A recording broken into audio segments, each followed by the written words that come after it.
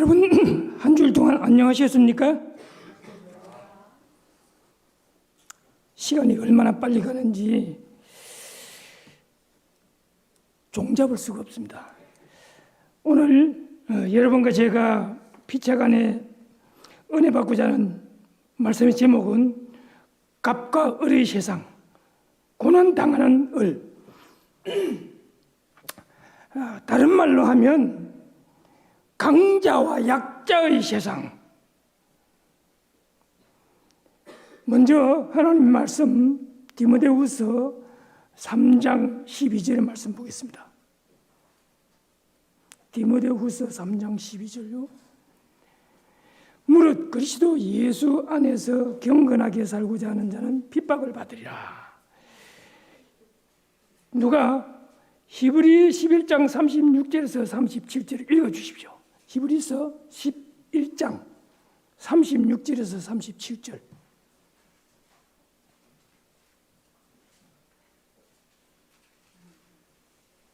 또 어떤 이들은 조롱과 채찍질 뿐 아니라 결박과 옥에 갇히는 시련도 받았으며 돌로 치는 것과 속으로 켜는 것과 시험과 칼로 죽임을 당하고 양과 염소의 가죽을 입고 유리하여 궁핍과 환난과 학대를 받았으니.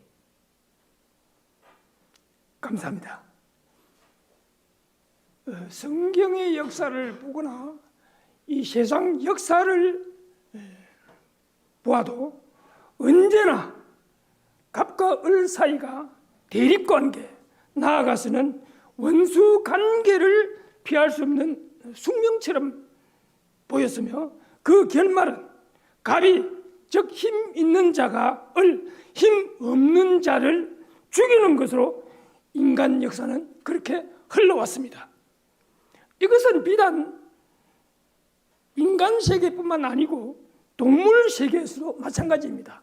그래서 약육강식이란 말이 있죠. 약한 자가 강한 자에게 먹힌다. 또는 약한 자는 강한 자의 지배를 받는다. 한동안 이 사회에서, 우리 사회에서 갑질이란 말이 많이 나왔는데요. 이 갑질이란 자신의 직이나 힘을 이용해서 아래 사람을 부당하게 취급하거나 억압하고 말로 죽이는, 즉 언어 폭력을 하거나 실제로 또 죽이는 그런 일들이 오래전부터 우리 사회에서 일어나고 있습니다. 특별히 군인사회, 계급사회에서는 비일비재하게 일어납니다. 요즘은 뭐 군대 가면 그렇게 많이 구타가 없지만 제가 69년도 군대 갔을 때만 해도 구타가 엄청 심했어요. 그냥 맞는 게 아니고 입대한 순서대로 줄을 세워놓고 이 빠따로 치는 거예요. 빠따가 뭐냐면 이 곡괭이 자루죠. 곡괭이 자루. 곡괭이 자루로 엎드려 뻗쳐놓고 때리는데 제일 밑에 쫄병은 도레미파솔라시도로 내려오면서 맞기 때문에 엉덩이 불이 납니다. 그래서 뭐 엉덩이 터져가지고 뭐 피도 나고 막 그럽니다. 제가 훈련소 6개월 마치고 27사단 강원도 화천군 거기 갔어요. 가니까 그때는 이제 이등병 짝대기 하나 달고 딱 가니까 고참이 오라 그러더라고. 자네 군대 생활 얼마나 했나 묻더라고요. 지금 한 달 조금 되었습니다. 그래? 자네 지금 쫄병이지? 예, 쫄병입니다. 쫄병의 3대 요소를 아는가? 이런 묻더라고요. 학교 다닐 때 비료 3대 요소는 배웠는데 쫄병의 3대 요소는 못 배웠잖아요. 그래서 이제 모릅니다. 그러니까 고참이 하는 말이 시킨 대로 복창해, 따라해 그러더라고요. 주면 주는 대로 먹고 복창해야죠. 그다음에 시키면 시킨 대로 하고 패면 패는 대로 맞는다. 때리면 때리는 대로 맞는다. 그 말이에요. 그래서 그때 당시 군대 생활 참 많이 맞았어요. 그래서 저는 1등병 휴가, 그때는 1년에 한 번씩 휴가를 줬어요. 휴가 딱 와가지고 제가 아는 분 찾아가서 648기 이로 지대한 분이 있는데 그분 찾아가서 아저씨 제가요 한국에서 군대 생활 못하겠습니다. 그래서 제가 월남 갈라 그러거든요. 월남 갈라 그랬는데 혹시 부대에 아는 사람 있으면 제가 동신병인데 좀 이야기 좀 해달라고 그 이야기를 했어요. 부탁을 했어요. 그래서 이분이 이제 또 아는 분한테 연락을 해가지고 좀 있으니까 사단 통신참모한테서 전화가 왔어요. 자네 월남 가겠다고 누구한테 부탁한 적이 있는가? 그래서 예 있습니다. 그래 그럼 조금 기다려봐. 그랬어요. 이제 기다릴 잔뜩 하고 이제 기다리고 있어요. 기다리는데 뭐 한 달이 지나고 두 달이 지나고 석 달이 지나도 연락이 없어요. 나중에 알아보니까 이분이 27사단 사단 본부에서 다른 데로 전출을 가버렸어요. 전출을 가면서 제 부탁은 그냥 날아가 버렸어요. 그래서 1년을 더 기다렸어요. 1년을 더 기다리고 제가 1년 더 기다리는 동안은 파견 생활을 했기 때문에 크게 뭐 고생은 안 했는데 일단은 1년 기다리는 다음에 인사과에서 연락이 왔어요. 1년에 한 번씩 휴가니까 이제 2년 됐으니까 2년째 휴가도 갈 때가 되었고 월남 특명도 같이 나왔고 그래서 인사과에서 자네 월남 갈래 휴가 갈래 묻더라고요. 나 휴가 한 번 갔다 왔기 때문에 안 갑니다. 월남 보내주세요. 그래서 제가 월남을 자원해서 갔습니다. 제가요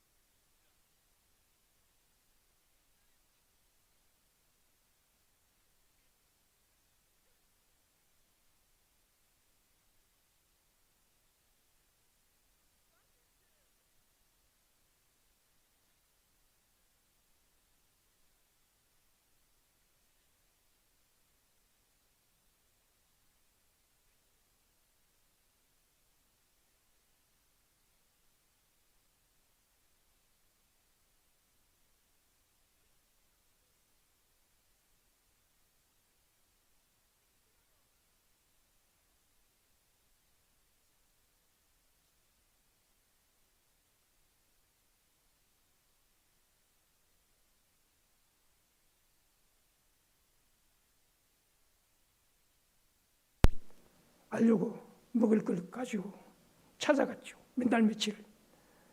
그런데 형들이 저 멀리서 동생이 오는 것을 보고 이구동성을 하는 말이 있어요. 야, 저기 꿈꾸는 자가 온다. 저 꿈꾸는 자 오늘 임자 만났다. 그래서 그 10명의 형제 중에서 가장 잔인한 사람이 바로 시몬입니다. 시몬이 앞장서서 요셉을 죽이려고 했어요. 근데 뭐 르우벤이나 유다 같은 사람은 죽이고 싶은 마음은 없었죠. 그래도 우리 핏줄인데 배만 달랐지 피가 같은 피잖아. 아버지 피. 그래서 르우벤이 좀 담대하게 제일 바지로서 담대하게 요셉을 살려서 아버지한테 돌려보내고 싶었지만 동생들이 워낙 완강하게 그렇게 나오니까 자리를 슬쩍 피했잖아요. 피하고 난 다음 보니까 와서 보니까 동생이 흔적이 없어진 거예요. 근데 그 결정적인 순간에 죽이지 말고 요셉을 팔도록 유다를 통해서 역사하신 겁니다. 그래서 위대한 상인들에게 돈을 받고 요셉을 팔아넘기죠. 요셉은 형들에 의해서 위대한 상인들에게 팔려가는 그 순간부터 을로서 을에게 닥치는 그 모진 고난을 당할 수밖에 없었습니다. 보디발의 집에서부터 감옥 생활까지 그 종살이의 고달픈 삶이란 겪어보지 않으면 모릅니다. 옛날에 제가 10살 때인가 기억나는데 부잣집에 무섬살이 하러 갔댔어요. 무섬살이는 요즘 말하자면 종입니다. 예? 주인이 시킨 대로 해야 돼요. 이거 하라면 이거 해야 되고 저거 하라면 저거 해야 되고 힘든 일, 예. 일단 돈에 팔려왔으니까. 그래서 저는 10살 때니까 뭐 그렇게 힘드는 일을 하지 않고 뭘 했냐면 소 있죠. 촌에서는 그 소가 최고 그 재산이잖아요. 소를 몰고 저 들판에 풀이 많은 곳으로 끌고 가서 그곳에서 하루 종일 소를 먹이는 거예요. 소 잊어버리면 안 되니까 소하고 늘 붙어 있어야 돼요. 그래서 소 풀을 잘 뜯어먹이 가지고 나중에 저녁 되면 다시 집으로 돌아오는 거. 그 일을 작은 머슴살이를 제가 한 기억이 납니다. 자, 세월은 흘렀습니다. 하나님의 놀라우신 역사로 요셉이 바로의 두 관원장의 꿈을 해석함으로 해서 그 꿈을 잘 해석한다는 소문이 바로 왕의 귀에까지 들어갑니다. 그래서 바로가 마침 꿈을 꿨는데 그 꿈을 해석할 사람이 없는 거예요. 그래서 요셉이 불려가서 왕 앞에서 꿈을 해석하고, 근데 거기서 자기가 잘나는 체 하지 않습니다. 하나님께서 왕에게 이 꿈을 주셨고 이 꿈을 이루게 하실 것입니다. 그래서 내가 뭐 잘나가지고 꿈 해석하는 거 아닙니다. 오직 하나님께서 온 세상 만물을 주관하시니까 하나님께서 앞으로 이 땅에서 일어날 일들을 왕에게 먼저 보여주실 것입니다. 그래서 그 다음에 후속 조치를 다 요셉이 왕한테 하지요. 이 왕이 가만히 들어보니까 히브리에 외국에서 온 노예가, 이 노예라는 신분은 좀 마음에 걸리지만 그래도 말하는 거 들어보니까 참 똑똑하거든요. 앞날에 대해서 어떻게 해야 된다는까지 다 이야기해 주니까 기가 막히는 거예요. 그래서 대신들하고 의논했겠죠. 그래서 요셉만큼 현명한 사람이 없다. 요셉이 이 나라의 총리가 돼서 앞으로 있을 7년 풍년에 그 수많은 곡식들을 잘 저장해가지고 흉년이 되더라도 우리 백성이 굶어 죽지 않도록 이 일을 맡기자, 이렇게 된 거예요. 왕이 그 마음을 먹었을 때 아무도 반대를 안 했어요. 그래서 요셉은 하나님의 은혜로 일약 종살이에서 노예 신분에서 총리가 된 것입니다. 이거는 하나님의 역사가 아니면 종살이에서 노예에서 총리가 될 수 없습니다. 자, 요셉이 이제 총리가 됐으니까 쌀 사러 온 자기 10명의 형들은 뭐가 됐어요? 예, 바로 을이 된 겁니다. 요셉은 갑이 된 겁니다. 근데 요셉이 갑이 됐다고 해서 그 옛날 형들, 자기를 죽이려고 하다가 팔아먹은 그 나쁜 놈들, 도저히 용서할 수 없는 그 못된 형들 복수해야 속이 시원하겠죠, 우리 같으면. 근데 요셉은 그런 마음을 갖지 않았습니다. 오히려 보복할까 싶어서 겁내는 그 형들을 위로합니다.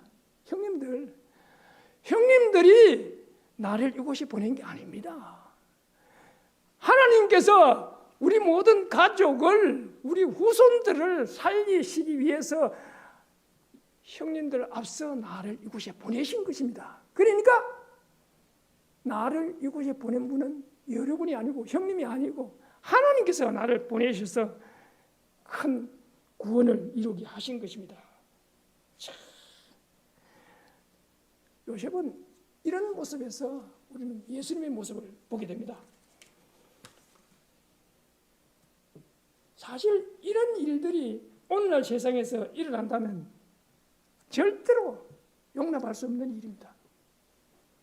자, 그런데 도저히 용서할 수 없을 것 같고 화가 머리 끝까지 나고 분통이 터질 것만 같은 사건 앞에서 자기 아들을 죽인 원수를 용서한 일이 아직도 우리 사회에서 가끔씩 일어나고 있습니다.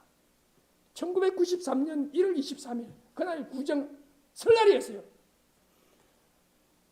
9살 난 초등학교 2학년이 세뱃돈 받아가지고 자기가 먹고 싶은 걸 사기 위해서 길 건너편에 있는 가게에 가서 맛있는 걸 사려고 횡단보도에 딱 서 있다가 횡단보도 신호가 파란불이 딱 켜지자마자 쏜살같이 뛰어가는데 갑자기 차 한 대가 오면서 횡단보도를 지나가는 그 아이를, 초등학교 2학년 학생을 팍 치어버렸어요. 치으니까 얘는 땅에 넘어졌어요. 근데 땅에 넘어진 애를 운전수가 내려와가지고 빨리 차에 싣고 병원에 갔으면 살릴 수 있었는데, 근데 이 운전수가 나쁜 놈이야.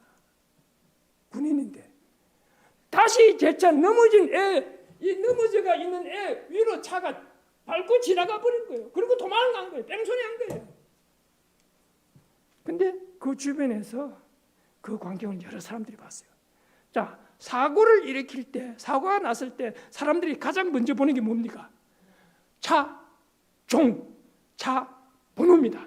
그래서 차 번호를 딱 보고 차종을 딱 봐서 경찰 신고를 딱 했어요.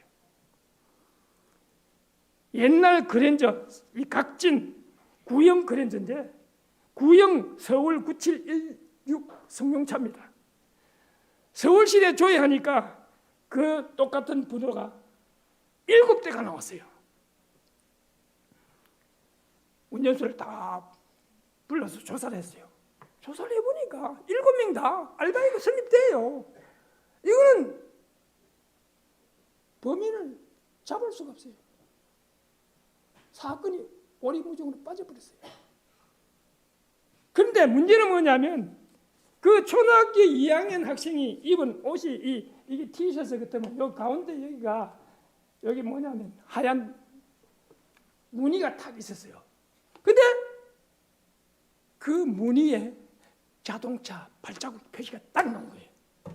그래서 그 7대를 다시 찾아가지고 대조를 하는 거예요. 바퀴가 뭐 조금 다른 게 있고 많이 다른 게 있잖아요.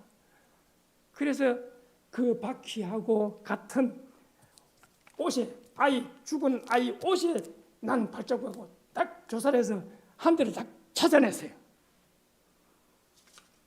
근데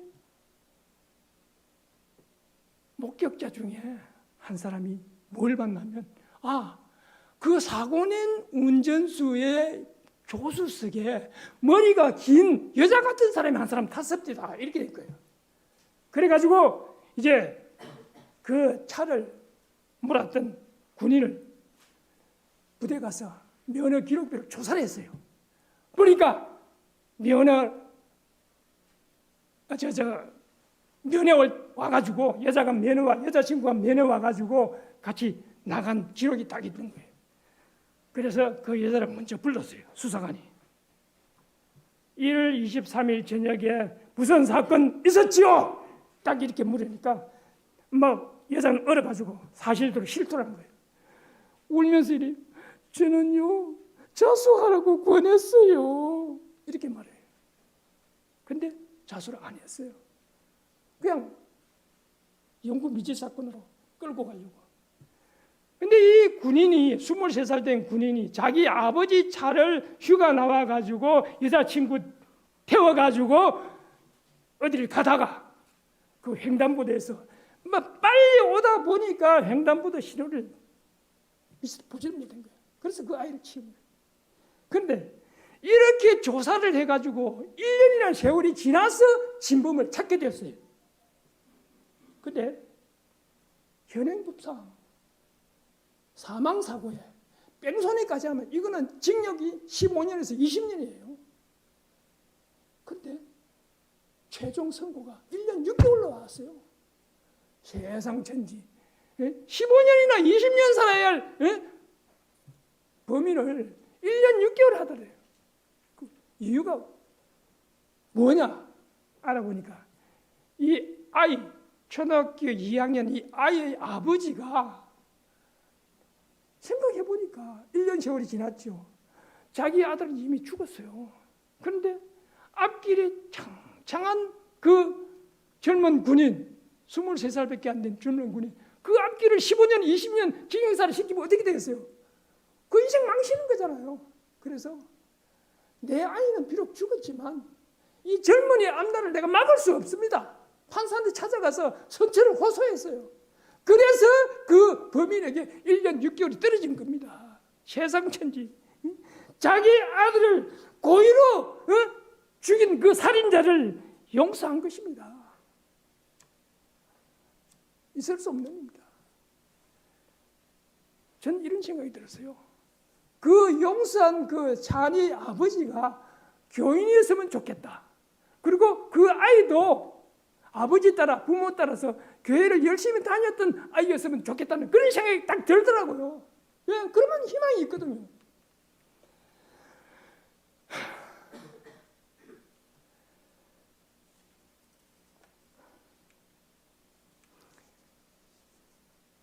저는 이제 다윗과 사울의 이야기를 하고 싶습니다. 다윗과 사울의 이야기 하기 전에 다윗과 골리앗 이야기를 먼저 해야 됩니다.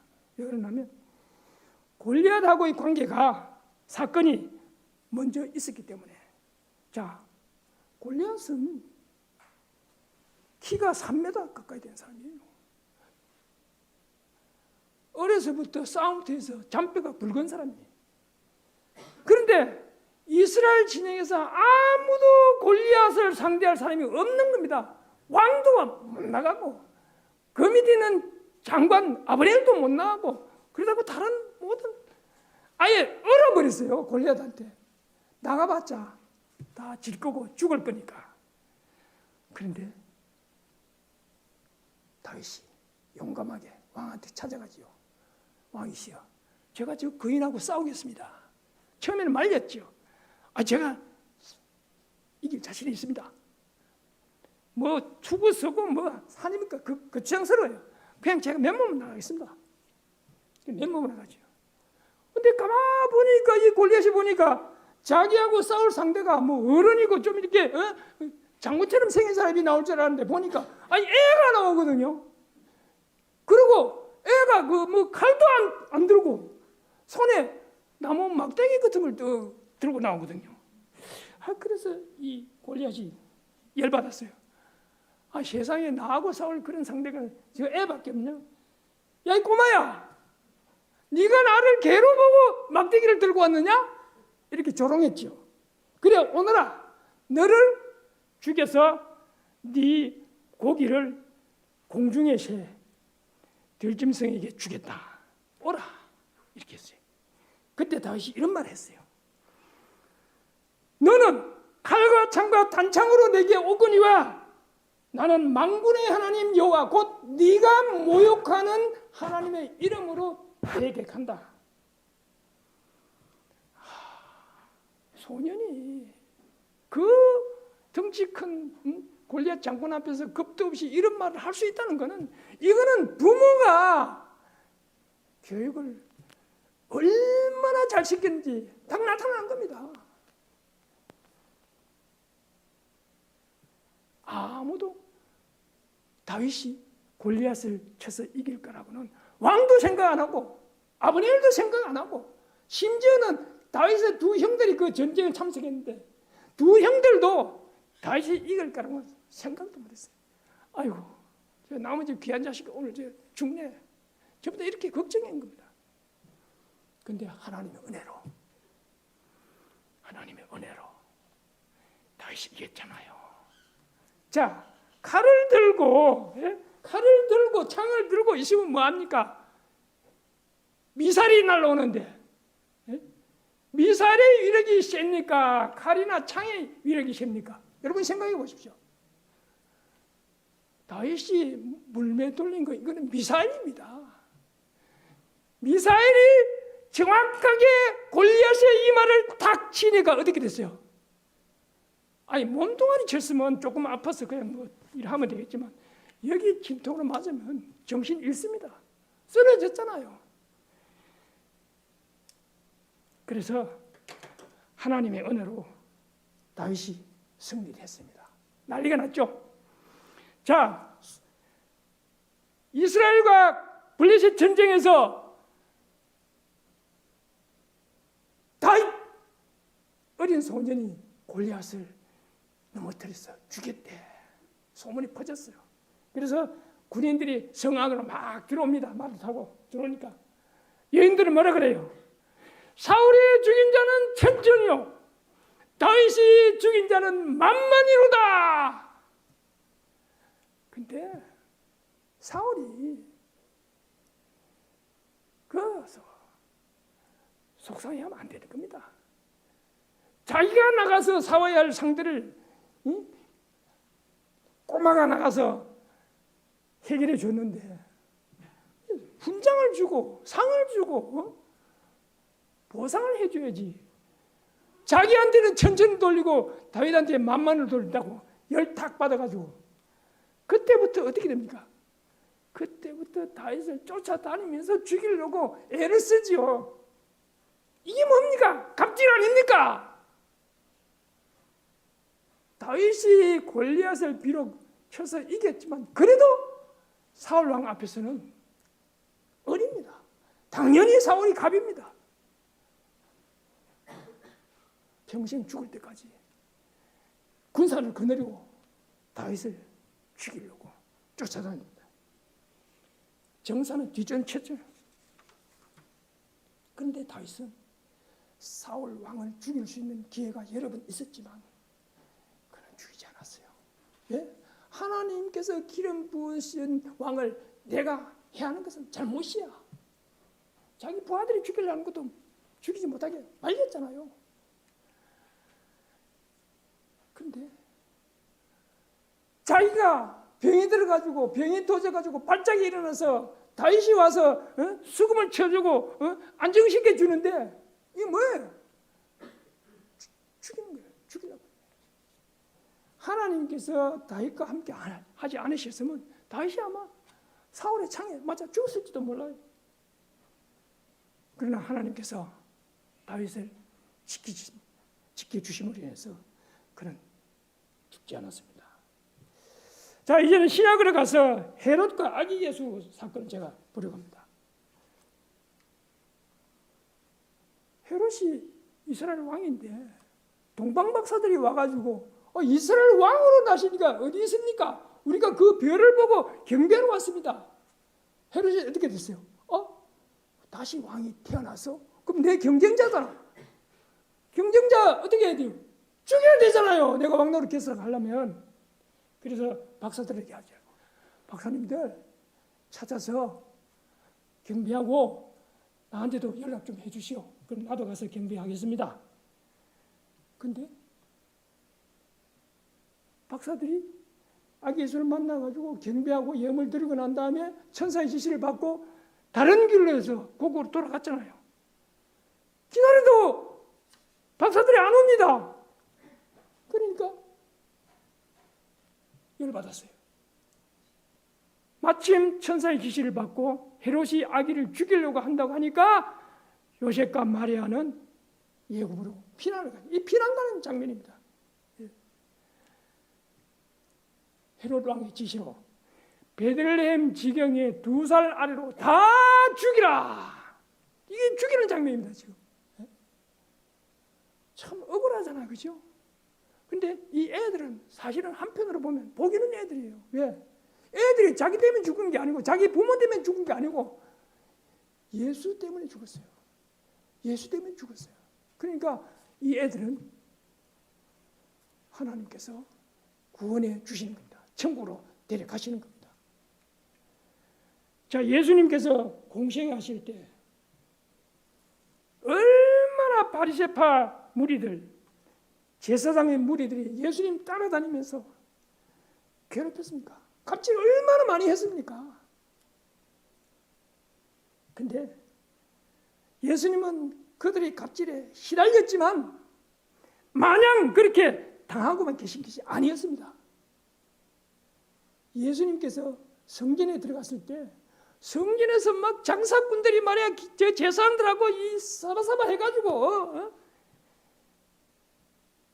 물건값도 폭리를 취하고 바가지 씌우고 그래가지고 돈 들어오면 제사장과 나눠 먹고 이런 거 했잖아요. 예수님께서 그걸 아시고 성전을 청소를 했잖아요. 성전을 정결케 하셨잖아요. 성전을 정결케 하실 때 인성이 예수님이 이제 모습 그 인성 속에 신성이 나타나서 번쩍거렸습니다. 그러니까 그 번쩍거리는 그 모습에 제사장의 무리들, 바리새인들, 장사꾼들 전부 다 혼비백산에서 다 도망갑니다. 그 순간만은 그들이 갑이 아니고 예수님이 갑입니다. 그들은 얼얼러서 도망을 간 거예요. 두 번째도 성전 청소를 하실 때 또 같은 모습이 일어났습니다. 그런데 예수님께서 그들에게 신성을 보여주신 것은 어떤 의미가 있냐면 너희들이 바리새파 너희들이 제사장무리인 너희들이 아는 것처럼 나는 나사렛의 목수의 아들이 아니야. 나는 우주 만물을 창조하신 하나님이야 하는 것을 그들에게 보여주신 것입니다. 그렇게 보여주셨는데도 불구하고 그들은 하나님의 존재를 인정하지 않고 계속 괴롭히고 끝내는 어떻게 됐어요? 예수님은 이렇게 죄도 없는 분을 죄를 뒤집어 씌워가지고 십자가에 못 박아 죽였던 것입니다. 시대의 소망이 이렇게 표현됐습니다. 흠없는 하나님의 아들이 십자가에 달리셨으며 그분의 살은 채찍에 맞아 찢어졌고 그처럼 자주 축복하시기 위하여 펴시던 그분의 손은 나무 막대기에 못 박히셨다. 사랑의 봉사로 피곤할 줄 모르던 그분의 발도 나무 기둥에 못 박히셨고 그분의 고귀하신 머리는 가시관에 찔리셨다. 그분의 떨리는 입술은 비통에 부러지짐을 바랬다. 그분이 참으신 것은 곧 그분의 머리와 손과 발에서 흘러내린 핏방울과 그분의 몸을 괴롭힌 고통과 아버지께서 얼굴을 숨기심으로 그분의 영혼을 가득 채웠던 말할 수 없는 고민은 우리 인류 각 사람에게 이렇게 말하고 있습니다. 하나님의 아들이 이와 같이 죄악의 짐을 지기로 동의하신 것은 다 그들을 위함이다. 그리고 그들을 위하여 그분은 사망의 권세를 깨뜨리시고 천국 낙원의 문을 열어주신다. 이럴 때 가만히 있으면 안 됩니다. 주님, 나 죄 때문에 주님이 그렇게 고통당하셨네요. 그래서 나를 위하여 천국의 문을 내가 들어갈 수 있도록 열어주셨네요. 감사합니다. 이렇게 해야 됩니다. 사도행전 14장 22절에 이런 말씀이 있습니다. 제자들의 마음을 굳게 하여 이 믿음에 거하라고, 또 우리가 하나님의 나라에 들어가려면 많은 환난을 겪어야 할 것이라고. 종교 암흑시대, 교황청 전성시대에 얼마나 많은 그리스도인들이 순교했는지 모릅니다. 이 보십시오. 이 그림은 지금 짐승들, 동물들, 사자, 표범들 굶겨가지고 그리스도인들을 다 밥으로 준 겁니다. 이건 뭡니까? 형태를 딱 만들어 놓고 밑에 발 2개, 위에 손 2개 이렇게 당겨가지고 사지를 찢어 죽이는 겁니다. 이렇게 해서 죽였어요. 또 십자가 형틀에 매달려 죽였습니다. 이건 뭡니까? 말 4마리가 팔 2, 다리 2 묶어가지고 각자 말이 땡기는 겁니다. 옛날 조선시대에 아주 죄가 많은 흉악범을 이렇게 죽였어요. 그때는 소였어요. 그래서 이렇게 죽이는 걸 뭐라 그러냐면 능지처참이라고 그랬어요. 이렇게 능지처참하는 형식으로 많은 그리스도인들이 죽어갔던 것입니다. 신앙 때문에. 또 여기는 거꾸로 매달아 놓고 고문하고 또 죽인 것입니다. 이건 물레방아 형틀입니다. 물레방아에다가 사람을 묶어놓고 돌릴 때마다 이런 못이, 긴 못이 사람이 살갗을 찌르는 겁니다. 그럼 찌르면 어떻게 되세요? 고통이 극심합니다. 우리가 바늘 끝에만 이렇게 찔려도, 가시에 조금 찔려도 아프다고 신경 쓰는데, 이런 큰 못이 살갗을 뚫고 들어오면 그 고통은 말로 표현 못합니다. 고통만 있습니까? 유혈이 낭자하지요. 이렇게 해서 많은 그리스도인들을 죽였던 것입니다. 통계에 의하면 그 당시 예수 믿는 것 때문에 순교당한 사람이 5천만 명, 비공식적으로까지 계산하면 약 1억 명 이상의 사람이 순교를 당했다고 합니다. 교황청의 박해가 심할 때 알프스산 그 흠준한 곳에 숨어 살면서 장사꾼으로 위장해가지고 생활 필수품을 보따리에 집어가지고 담아가지고 집집마다 다니면서 판매를 하면서 마음이 열려있는 사람, 갈급하는 사람에게 하나님의 복음을 그들에게 전하는 왈덴스인들이 있었어요. 그 소식을 교황청에서 알고 안 되겠다, 저를 놔두면 저놈들 다 잡아주죠. 그래서 십자군을 알프스산에 파견합니다. 그래서 십자군들이 그곳에 가서 샅샅이 뒤집니다. 계곡마다, 동굴마다 샅샅이 이잡듯이 뒤져가지고 20명의 그리스도인을 잡아왔습니다. 그 20명의 그리스도인을 호수에, 한겨울에 꽁꽁 얼은 그 호수 위에 옷을 다 벗기고 세워놓고 신문을 하는 겁니다. 추워서 떨고 있죠. 근데 그들이 가만히 생각해 보니까, 20명에서 생각하니까 가만히 있으면 더 추우니까 우리가 자꾸 움직입시다. 그렇게 해서 손에 손을 잡고 원을 그리면서 빙빙 돌면서 이런 구호를 했어요. 우리는 20명의 하나님의 자녀, 우리는 20명의 하나님의 자녀라는 그 구호를 외치면서 그 빙판 위에서, 꽁꽁 얼음 위에서 계속 돌고 있었습니다. 밖에서 군인들은 불을 피워놓고, 자기는 추우니까 불을 피워놓고 음식도 갖다 놓고 이야기해요.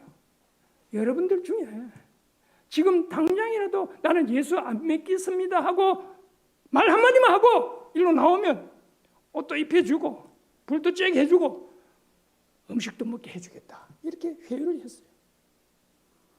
그런데 한 사람도 안 나와요. 우리는 20명의 하나님의 자녀, 우리는 20명의 하나님의 자녀, 이렇게 원을 그리면서 계속 돌다가 그 중에서 가장 연약한 한 사람이 쓰러져서 세상을 떠나고 말았습니다. 그들의 구원은 바뀌었습니다. 우리는 19명이 하나님의 자녀, 우리는 19명이 하나님의 자녀, 그 소리를 계속 반복적으로 외치면서 오늘 돌면서 소리쳤습니다. 그렇게 하다가 한 사람씩 여자가 한 사람부터 쓰러져서 죽어가는 것입니다. 그런데 한 10명쯤 정도 남았을 때 그 중에서 가장 나이가 어린 한 사람이 자기를 더 못 찾겠는가 봐요. 그래서 나는 이제 예수 안 믿으랍니다. 예수 안 믿고 그냥 내가 살고 싶어요. 난 저렇게 죽고 싶지 않아요. 그래서 밖에 나왔어요. 나오니까 군인들이 약속에 들어 옷을 입혀주고 불도 쬐게 해주고 음식도 줬어요. 그런데 그 광경을 밖에서 보던 군인 중에서 한 사람이 너무나 큰 감동을 받고, 저 사람들이 저렇게까지 죽어가면서 하나님을 부인하지 않고 저렇게 있는데, 저 사람들이 참 대단하다. 그래서 옷을 벗고 나온 사람 그 자리에 이 군인이 들어갔어요. 오늘 그림에서 우리는 10명의 하나님의 자녀, 우리는 10명의 하나님의 자녀, 이렇게 외치면서 한 사람씩 빙판에서 쓰러져 갔습니다. 최후의 한 사람까지 그 빙판 위에서 예수님을 부인하지 않고 쓰러져 죽었습니다. 오늘 이 시대에 그런 환란이 우리에게 닥친다면 여러분들은 어떻게 할 수 있겠습니까? 그들처럼 예수님을 부인하지 않고 내 목숨 쓰러진 한이 있더라도, 이렇게 죽는 한이 있더라도 끝까지 신앙을 고수하고 예수님께 영광 돌리겠습니까? 많은 사람들이 예수님을 믿는 것 때문에 세상을 떠났습니다. 이것은 예수님께서 재림하시는 영광스러운 장면입니다.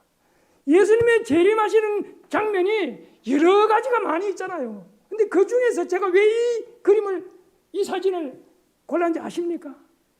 제가 예수님 재림하시는 꿈을 2번 보도록 해주셨어요. 근데 그 둘 중에 하나가 바로 이 광경입니다.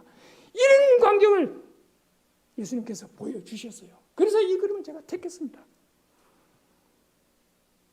예수님께서 이렇게 오시는 날은 억울하게 누명을 쓰고 죽은 사람들, 갑질당해서 죽은 사람들, 그들에게 복수의 날입니다. 그래서 그들이 숨을 거두면서 생각했던 건 바로 예수님의 재림뿐입니다.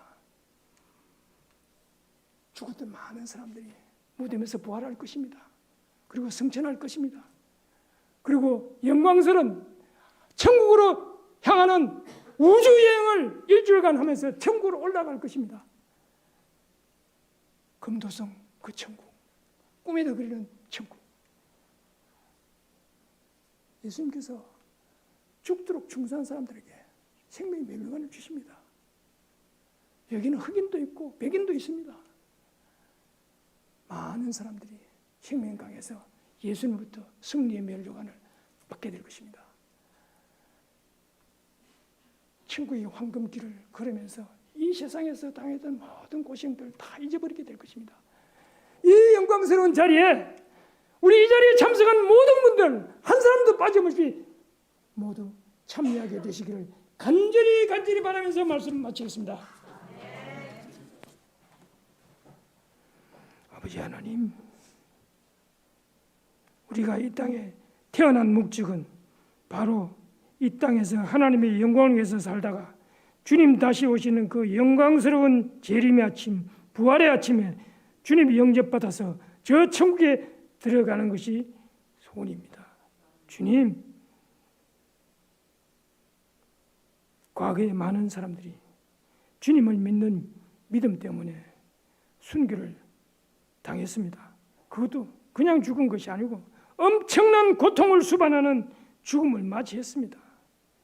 주님, 앞으로 그런 역사가 재현된다 할지라도 우리 역시 그런 엄청난 고통을 끝까지 참고 이겨서 주님 다시 오시는 그 영광스러운 재림의 아침, 부활의 아침에 참여하기를 원하오니 주님께서 우리의 삶을 준비시켜 주시옵소서. 우리가 예수님 믿는다고 교회 왔다 갔다 하다가 우리 자신의 잘못으로 예수님 오신 날 낙오자가 된다면 얼마나 불쌍한 영혼이 되겠습니까? 그래서 우리가 천국에 들어가는 일에 방해가 되는 모든 요소들은 과감하게 떨쳐버릴 수 있도록 우리의 삶을 인도해 주시옵소서. 어떤 손해, 어떤 모욕, 어떤 희생 감수하더라도 주님을 믿는 믿음과 주님께 대한 소망은 결단코 잊어버리지 않도록 우리의 삶을 지키시고 인도해 주시옵소서. 오래지 않은 장래에 주님 다시 오실 것입니다. 그 영광스러운 재림의 아침에, 부활의 아침에 우리 모두 그 자리에 꼭 참여할 수 있도록 우리의 삶을 인도해 주시옵소서. 집으로 가는 발걸음 주님께서 평강 가운데 지켜주시옵소서. 예수님 이름으로 간절히 기도드리옵나이다.